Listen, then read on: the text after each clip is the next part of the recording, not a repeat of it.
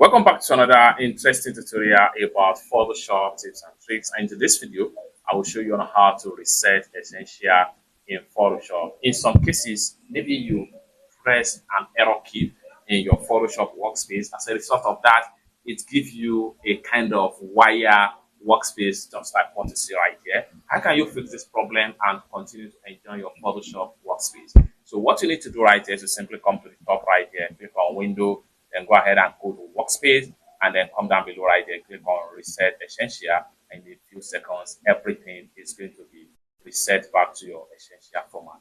But still yet, you found out that this was not fixed. Then the next thing you want to do right here, maybe during the time you are trying to work around, you mistakenly rearrange your Photoshop tab and Photoshop layer. So what you need to do next right here is to come to the top right here, click on Window, go to Arrange, and then go ahead and click on Consolidate to all tabs. Then you have it right here. Your Photoshop is back, and then you can start to create editing in a normal interface. It's that simple. More useful tutorial, tips and tricks on how best to use your Photoshop workspace, consider to subscribe. Thank you so much for watching, and I hope to see you in my next video. Bye for now.